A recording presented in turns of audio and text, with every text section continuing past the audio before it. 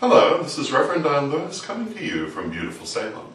Tonight I wanted to answer the question that was asked about my wall hanging, hanging here on my closet door. And this wall hanging is an artwork done by Lady Bitterwind, the first elder of the Corellian tradition. And it is not completely representative of her work, but very typical of many aspects.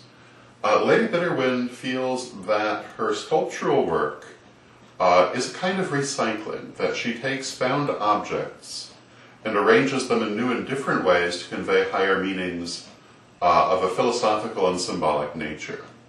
This particular wall hanging it is meant to represent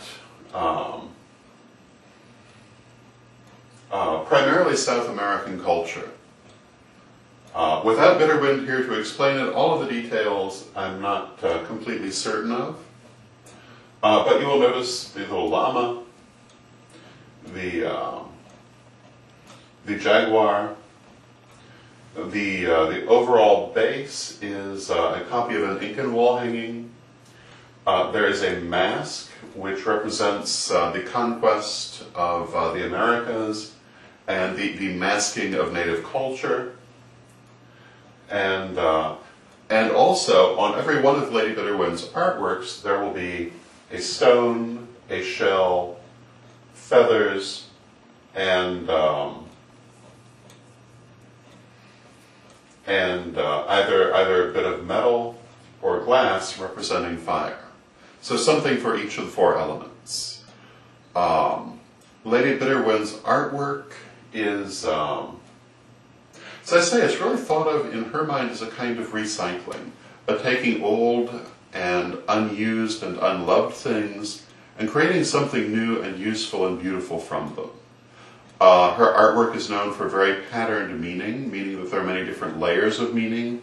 The layers I have just explained are only part of what you would be able to extract from the artwork and only part of what she has intended to put into it. Some of the artworks are very complex, some are very simple. All of them are patterned, meaning that she has drawn many different elements together to convey one or several deeper symbolic meanings.